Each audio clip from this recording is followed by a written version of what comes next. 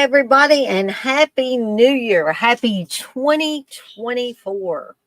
And I wasn't really going to do anything today or tonight, but then it struck me that, I don't know, I might like to do something just for um, the new year.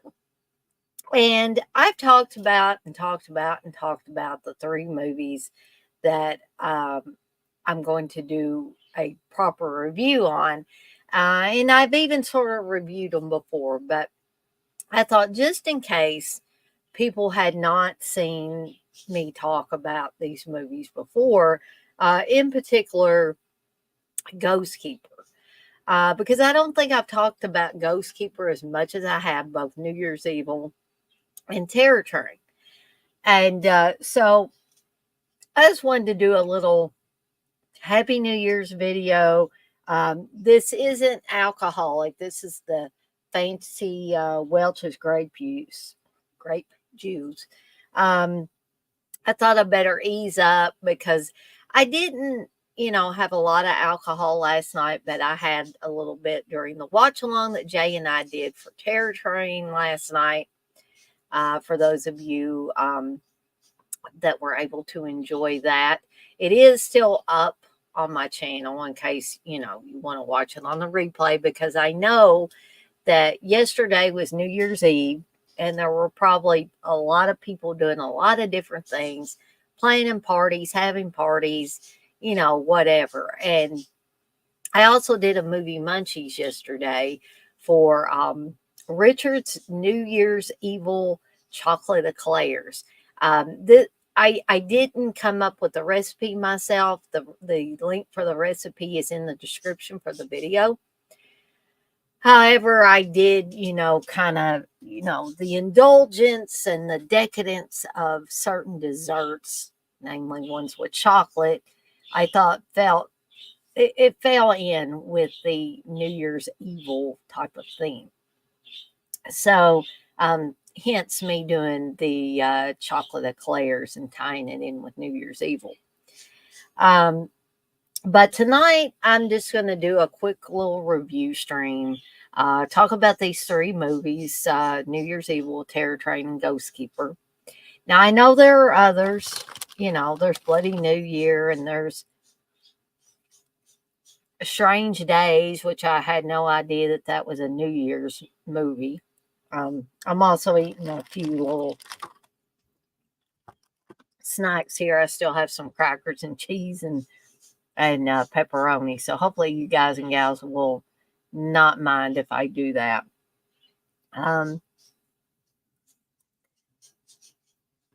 So sorry. I got a little hungry right before I went on here. So I'm also going to be using the rating scale, the Deadites rating scale tonight. And so a couple of these are going to get 5 Deadites out of 5. And one of them is going to get 4 Deadites out of 5. And you may think I'm being very, very generous with some of these movies. And that's okay. Nobody says that you have to agree with me on all points on these movies or any of my points that I make in this review for these movies. But they're not really, I'm not going over these in any particular order or anything like that. So we'll just go ahead and get started with New Year's Evil. This is the one I did a watch along for on New Year's Eve last year. Everybody seemed to have a really good time during that. And this year I did Terror Train and I did Bloody New Year the day before that. So, for those of you that aren't familiar with New Year's Evil, this was not a movie that I discovered early on in my horror movie watching career, or, whatever you want to call it. But I discovered it probably several years before I got married to Steve and moved to Louisville, and then when we even got involved as,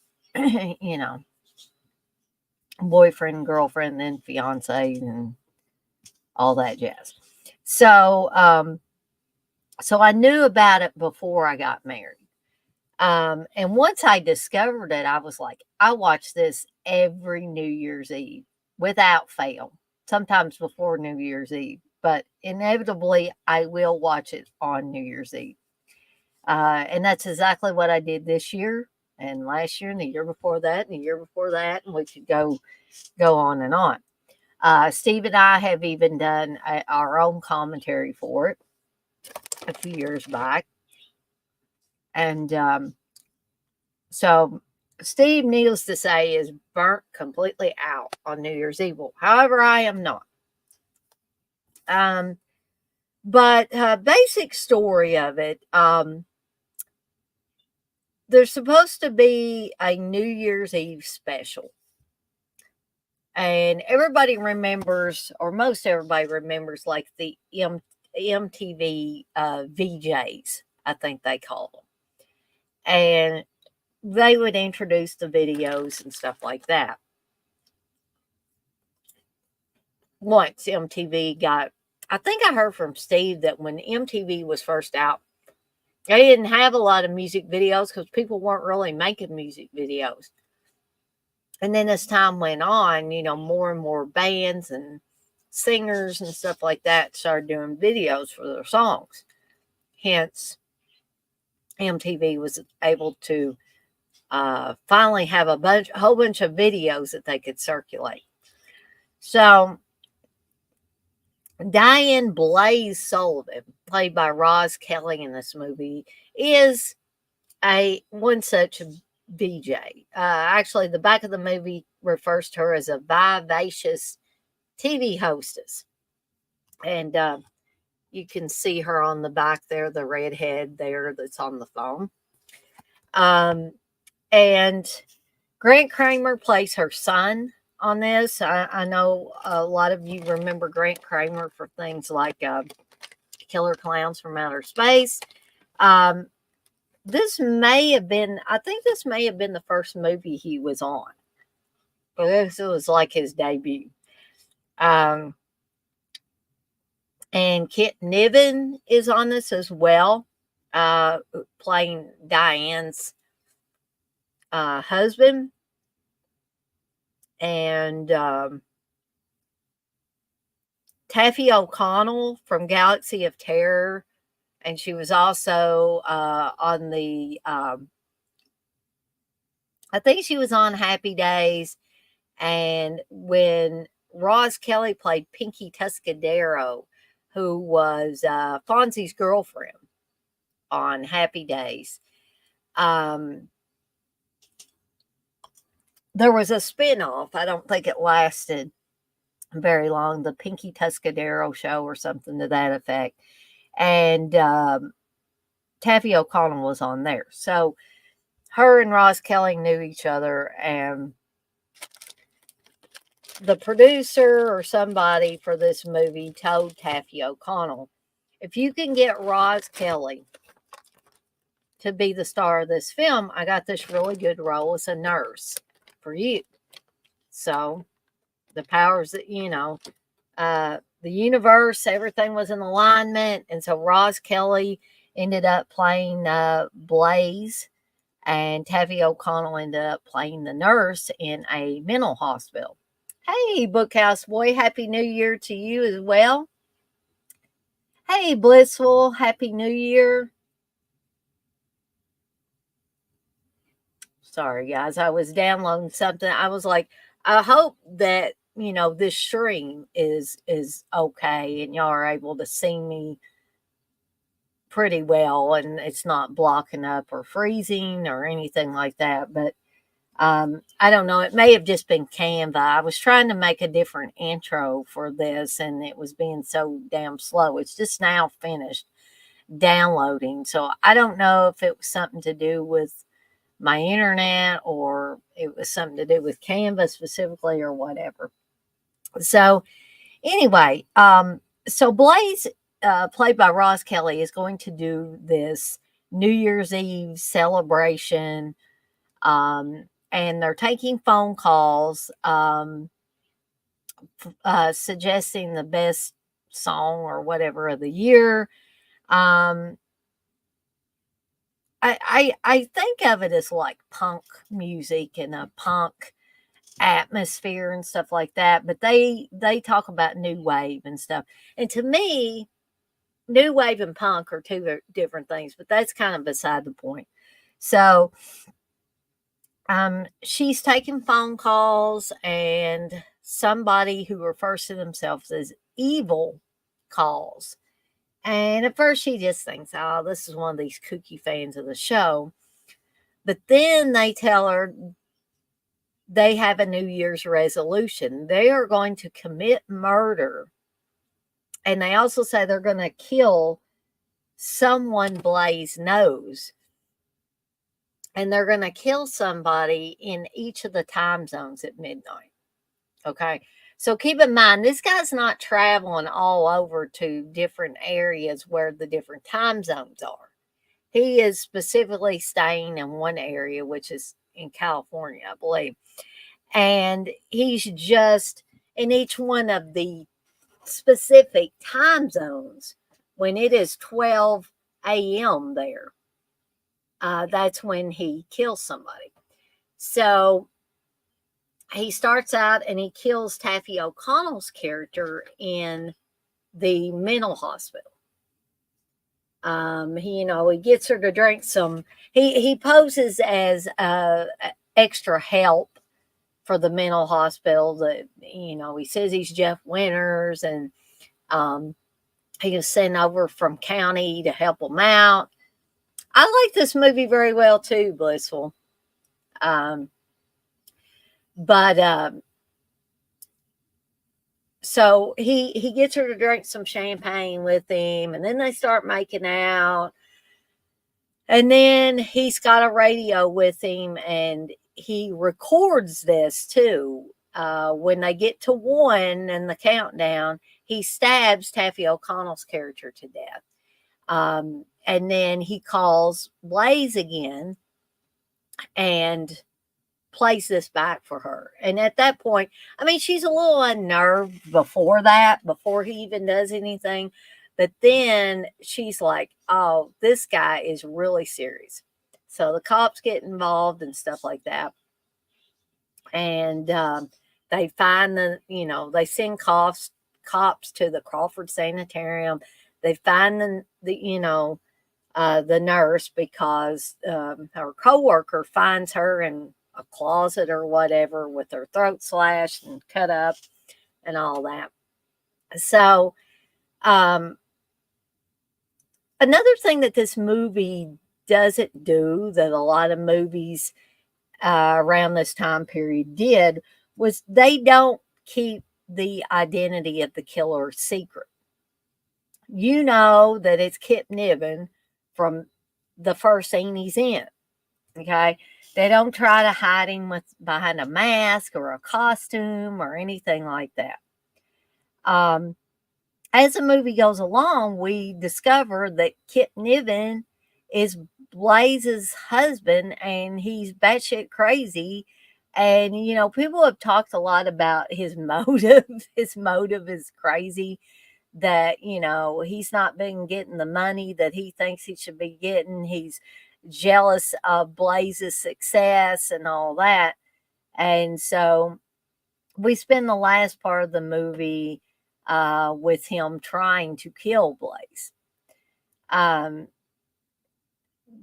one of the creepy things about this movie, and you may find it hard to believe if you haven't seen this movie, is that Kip Niven does wear a mask during the latter half of the movie. And it's I believe a Laurel Hardy, or a Laurel and Hardy mask or something like that. But, and it is really, I guess it's a Stan Laurel mask. Sorry about that. Laurel and Hardy was the team that did the comedy routine. But it's a Stan Laurel mask. And it is really creepy. And the nuances that Kip Niven does when he has it on are really, it really, really adds to the creep factor of this movie. So I'm not gonna like go really, really deeply into each one of these movies because I don't think we need to. That gives you kind of an overall plot synopsis for this movie. I don't feel like I gave anything away because, like I said, they don't try to hide the fact at all that Kip Niven is the killer in this. Okay. So,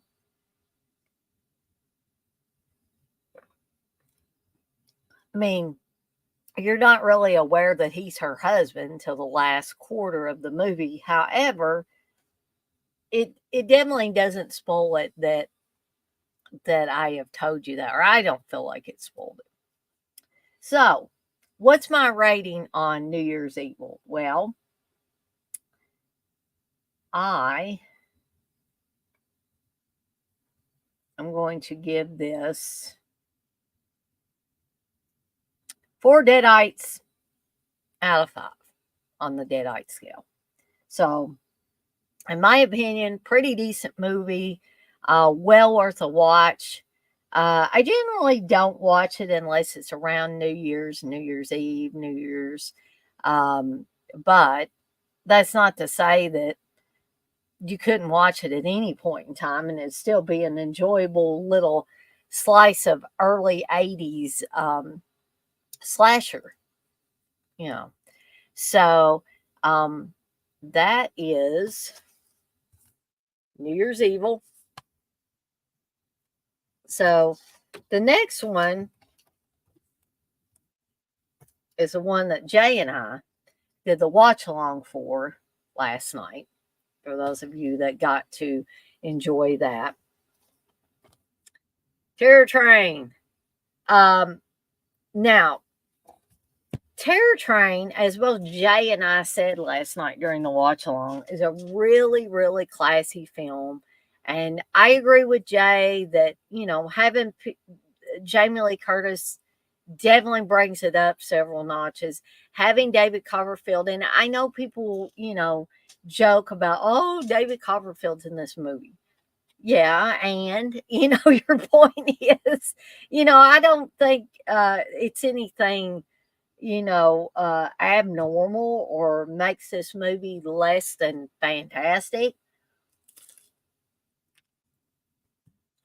I'm just not really sure why people want to make jokes about David Copperfield being in it, but yeah, that's another story for another day, right? So, this was directed by Roger Spottiswoode, who also did Tomorrow Never Dies, but I don't think he did too many movies. But we also have, in addition to Jamie Lee Curtis, Ben Johnson is on this. He was in The Last Picture Show. We have Hart Bochner, who was in Die Hard, and Dee Dee Winters, who otherwise known as Vanity, which those of you that, would watch and listen to a lot of Prince, that Vandy was basically Prince's girl.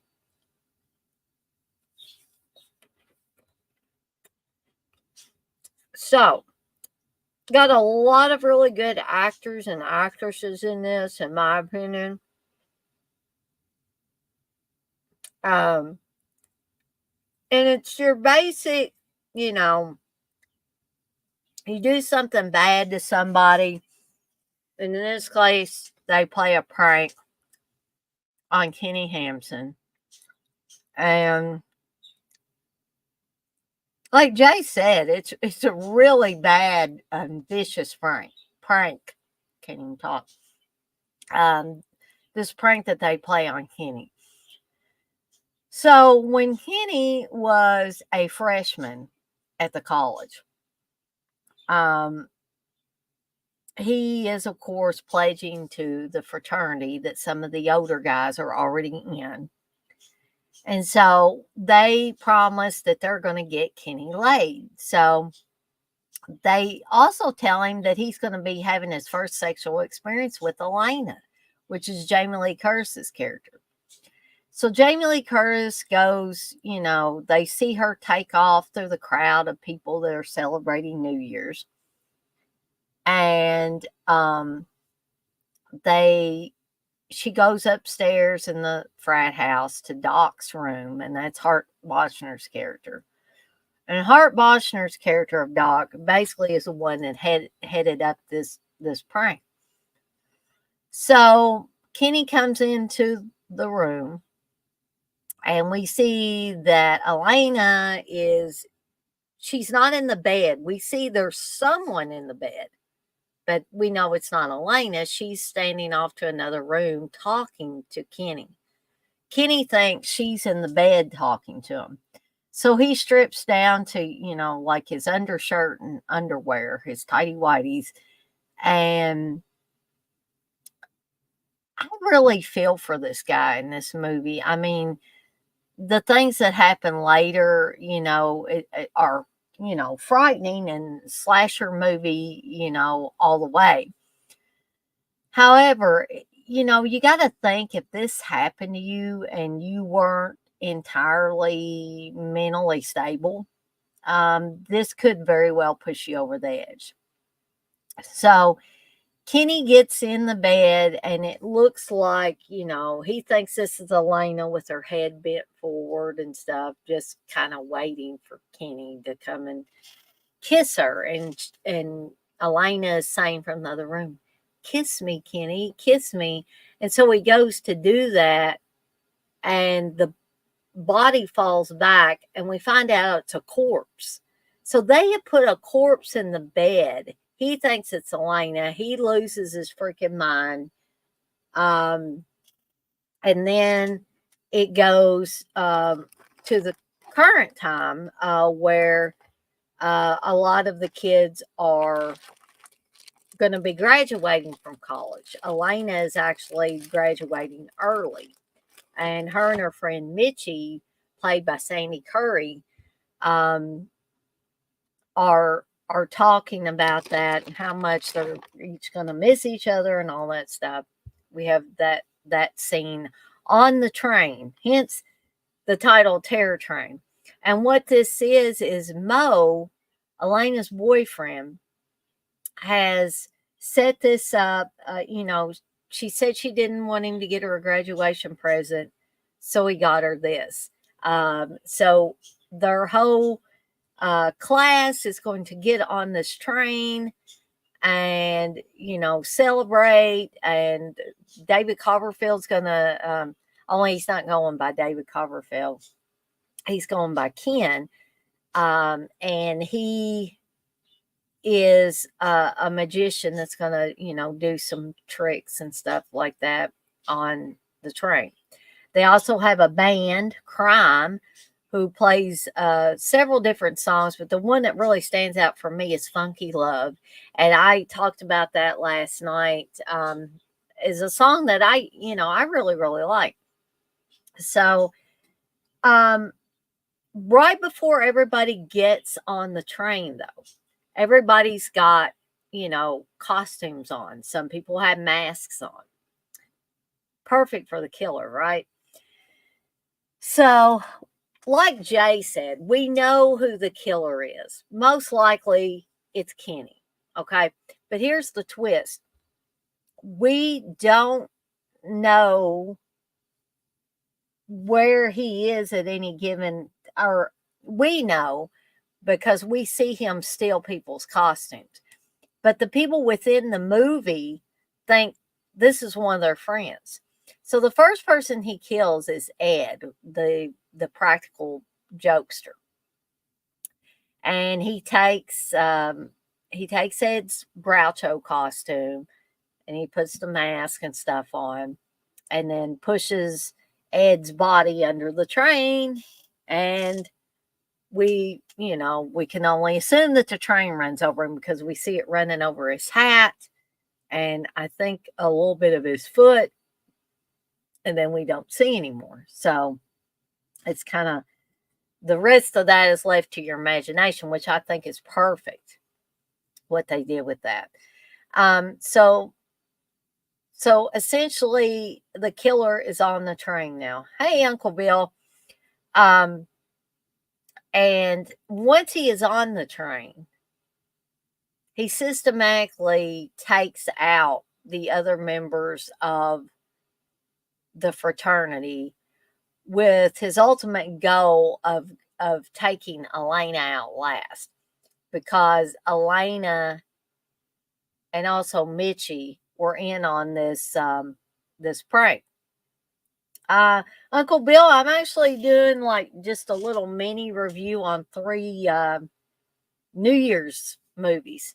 So I already talked about New Year's Evil, and now I'm talking about Terror Train. I'm going to talk about one more before I get off of here for the night.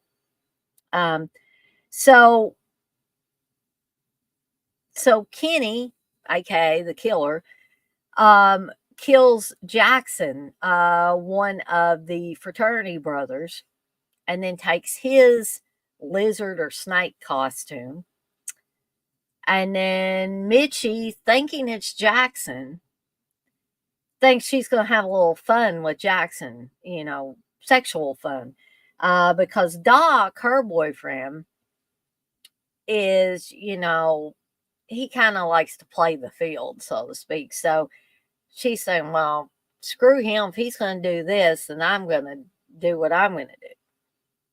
And so then he takes out Mitchie.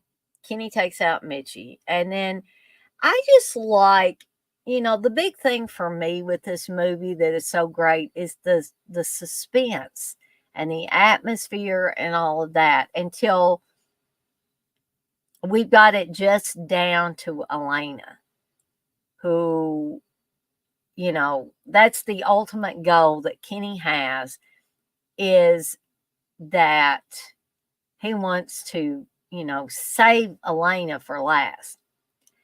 So you may be thinking, well, was Kenny in the costumes all the time? No, actually, he's not.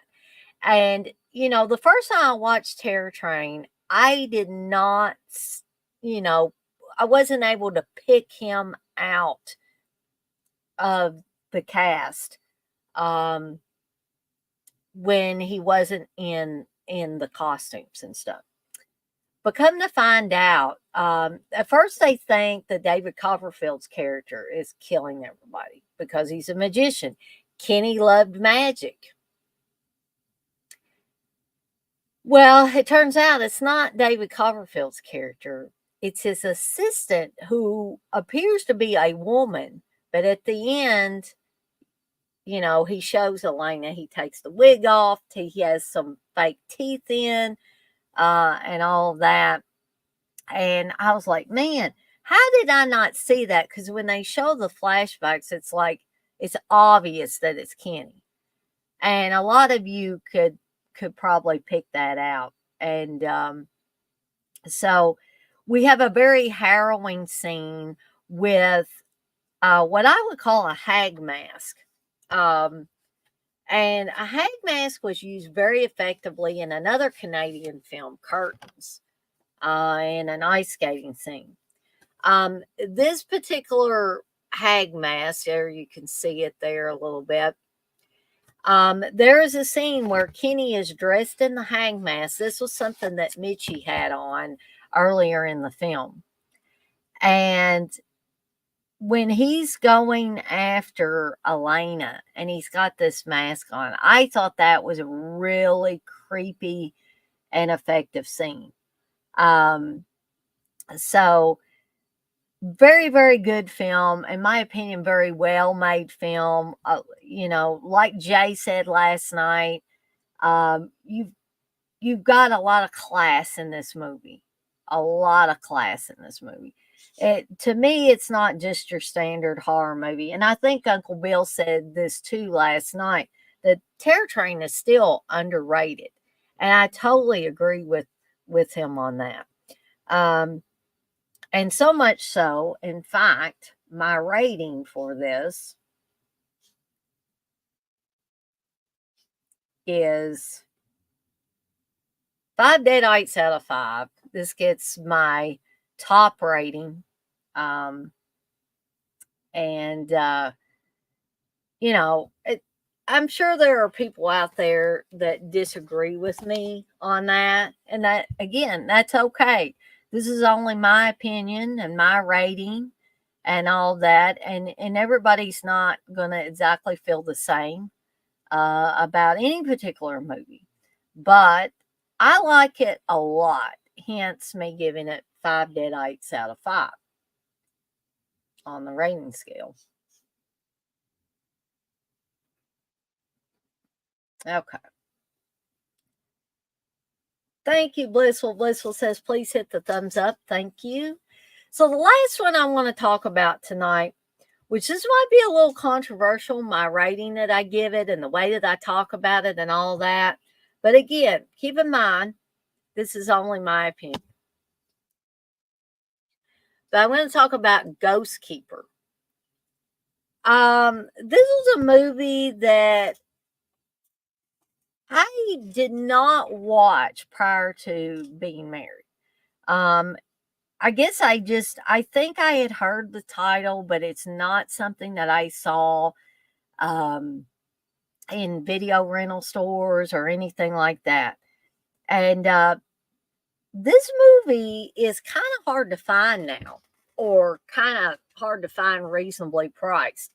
I ended up eventually giving a pretty hefty amount for GhostKeeper, probably more than I should have given for it. However, I wanted to see it because I had heard so many great things about it. So essentially for me, this was a blind buy. A very expensive blind buy, no doubt. But okay, guys and gals, this movie is one of those types of movies that builds and builds and builds and builds until you might even call it a slow burn, which some people don't care for. It kind of aggravates them and all that.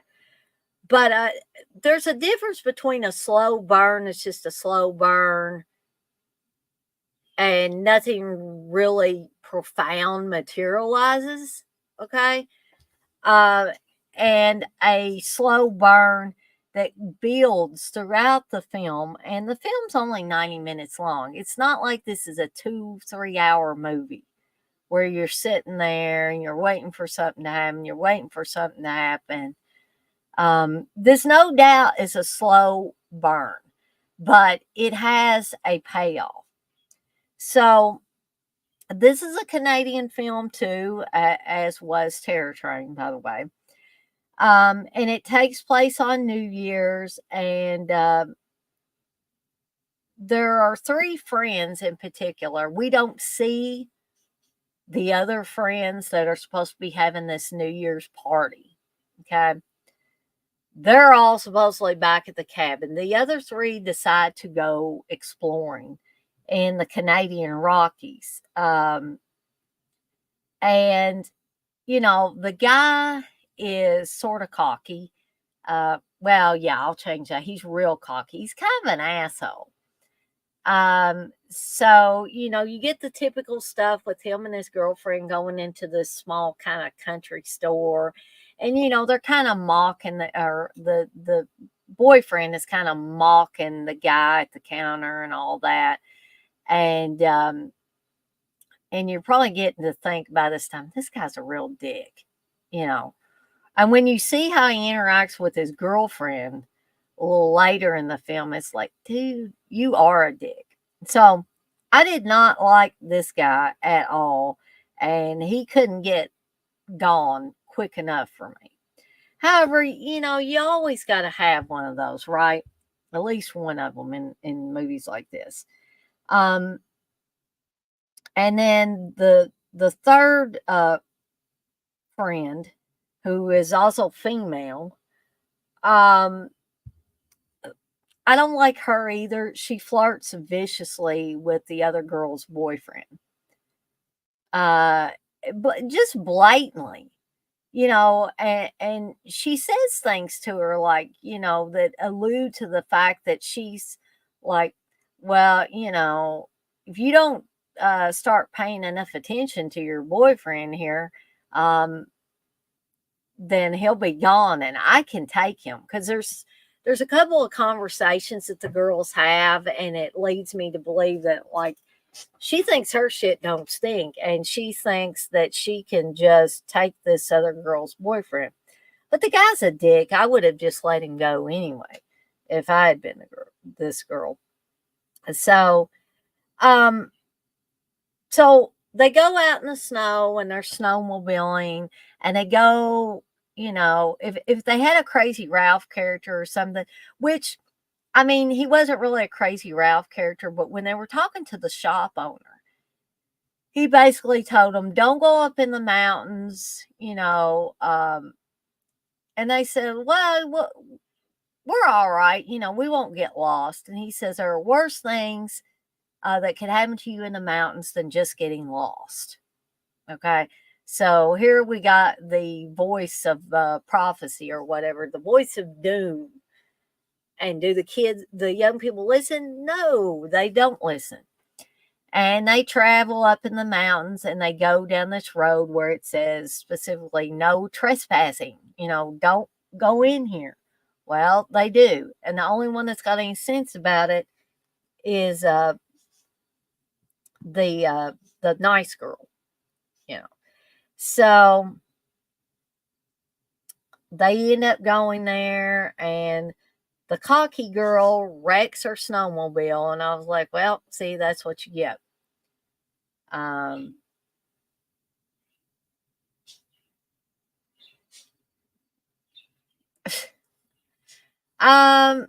Bad move.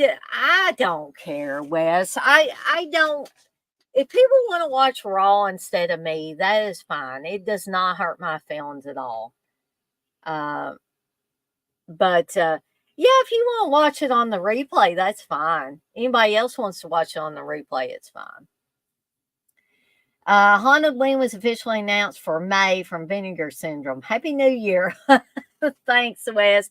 I am looking forward to Vinegar Syndrome putting Haunted Wing out. So, if you're still in here, do you know if it's going to be in one of them homegrown horror sets, or is it going to be by itself? And also, by the way, I'm going to be getting off here soon. So, anybody that's watching Raw or wants to watch Raw, that is fine. Um, but anyway, so they come across this hotel, and I can't talk. At first, it appears that it's kind of abandoned. It's all dusty and dirty, and homegrown horror set 3, cool. And they're just kind of looking around. And then this old lady shows up. And we also see shots of, I believe it's 2 brothers who we find out are trying to keep this monster contained, I guess. And we find out that the old woman is what they call the ghost keeper. And at the beginning of the film, too, it talks about the legend of the Wendigo, the Indian legend. And I guess we're supposed to recognize whatever this creature is as the Wendigo. So I don't know why, they say Wendigo, and then I guess maybe it's the ghost of the Wendigo, and that's why the old woman is the ghost keeper. And I believe the 2 guys are her sons. But Georgie Collins, who plays the old woman, is fantastic in this. Her performance as this batshit crazy old woman adds an extra super extra layer of creepiness to this film. It was great already, I think. But her, like, and see, they talk about the main girls. They talk about her mother went crazy and they had to put her away, and she's afraid she's going to go crazy, and her boyfriend, who's a real dick, plays on that, and it's like, you better be careful or you're going to go crazy like your mom did. And it's like, dude, you don't care about this girl at all, do you? And I think he does end up messing around with the other girl. But when we get to the last quarter of the movie, we're not really, or I wasn't really sure, is she really hearing this old lady say this? I think she was. Or is this in her mind? Is she losing her mind here? Uh, and the woman just gets crazier and crazier and crazier until she's actually telling the girl, I'm your mother, you know, and it is so chilling. Again, Georgie Collins is fantastic in this. Excuse me. Um, but so you have two stories at work here. I'm gonna sneeze again. Oh man. Sorry guys and gals. I've been doing a lot of sneezing. I don't know what's causing it. But anyways, um, so you've got kind of two stories here. You've got the Wendigo stuff and Georgie Collins' character being the ghost keeper and all that. And then you got the fact that she's batshit crazy, and I think she really means these people some harm. Um, so I really, really like it. I'm glad I got a chance to get a hold of a copy of this and be able to watch it. Like I said earlier, it's pretty hard to come by now at a reasonable price. This one that I have, I actually found it on eBay, and it wasn't cheap. Like I said, I wasn't cheap, and I'm not bragging on the fact that I spent this money on it. I'm just saying it to me, it was worth my money. I would have liked to have been a little bit cheaper, but can't have what you can't have, right? And if I hadn't waited so long to get it when it first came out, I probably wouldn't have ran into the expense trouble. And so, my rating for Ghost Keeper is also 5 Deadites out of 5. I really, really like this movie. I didn't get to finish watching it last night, so hence tonight I'm going to finish watching it because I eagerly want to watch it again. Um, so so that's the ones I was going to review tonight. I'll look at y'all's comments here before I get off here. Uh, Sean, you say, is there a New Year's killer who goes after people who don't stick to their resolutions? There might be, Sean. I'm not really sure. I don't know of one off the top of my head, but I don't want to say that there's not. You take care too, Bookhouse Boy. Yeah, I need to. Tuesday morning's going to come really early for me, and I got to go back to work. Steve's got to go back to work. Steve's actually already in bed. But I am going to skedaddle on out of here for the night. And I hope you guys and gals, despite Raw being on, I hope that you enjoyed my little reviews. And I'm going to get off here for the night. And I'll see everyone next time. Happy New Year, folks.